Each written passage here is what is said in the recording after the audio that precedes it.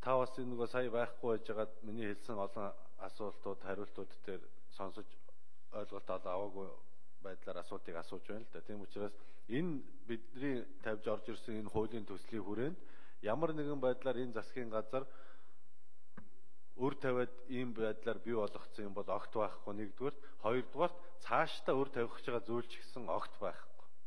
Одоо энэ 60% батлагдсан тохиолдолд энэ засгийн газар гаднаас хөрөнгийн хүүсвэр босгоод тэгээд тэрүүгээрээ одоо өөр зүйлийг санхүүжүүлэх ийм орон зай байхгүйгээр энэ асуудлыг ба шийдэх гэж бид нар оруулж ирж байгаа. Энэ бол Монгол Ардын намын бодлого байсан. Харин цаашдаа хэрвээ боломж гарах юм бол магадгүй одоо валютын ханш маань гадаадын хөрөнгө оруулалтын хэмжээ нэмэгдсэн, валютын орох урсгал нэмэгдсэнтэй холбогдуулаад валютын ханш буугаад, за дээр нь одоо саяны таны хэлээд байгаа энэ оюу толгой гэх мэтлийн том төслүүдэд Монгол улс хөдөлгөж чадаад, дээр нь магадгүй өшөө одоо янз бүрийн томоохон төслүүдийг ажилд нь оруулаад, ингэсэн тохиолдолд эдийн засаг маань сэргээд тэлээд Монгол руу орж байгаа валютын урсгал нэмэгдэнэ.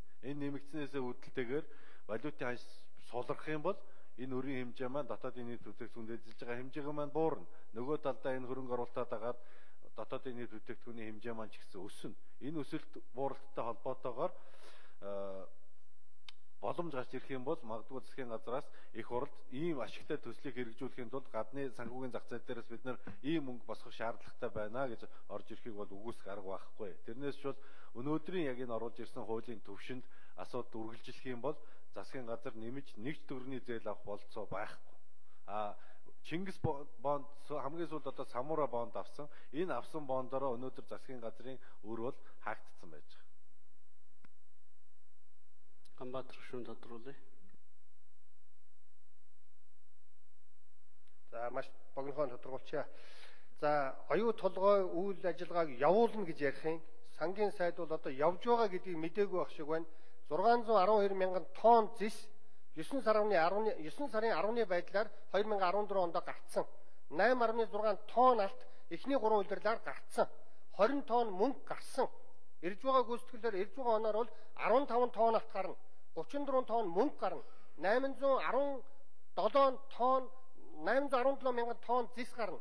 Өнгөрсөн жил 1.2 тэрбум долларын борлуулалтыг оюутлага хийсэн. Юу ч яваагүй биш. Явахын дээр явж байгаа Монголын төсөвт олигтой юм орж ирэхгүй байна л гэж би хэлж байгаа.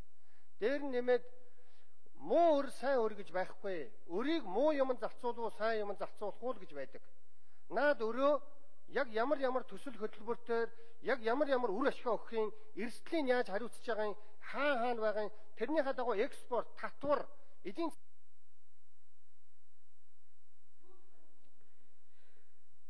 зэсийн баяжмлын хэмжээгээ холиол хэлчлээ дээ. За сангийн сайд хариулаад.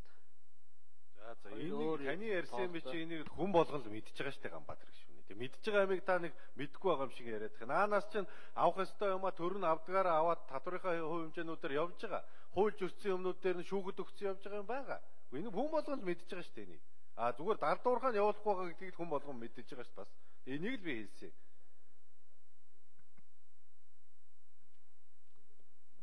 Гишүүд асуулт дуслаа. Үг хэлэх гишүүдийг бүртгэе 3. Дэмжсэн 3, дэмжээгүй 3. За энэ олон нэр бол мэдээж хэлэхгүй. Батэрдэн гишүүнээс эхлээд 6 гишүүн хэлнэ. Тэрийг би мэдэхгүй Гончигдор гишүүнээр таслаа. Батэрдэн гишүүн. За баярлалаа. За энэ хуулийн төслийг бол дэмжихгүй байна.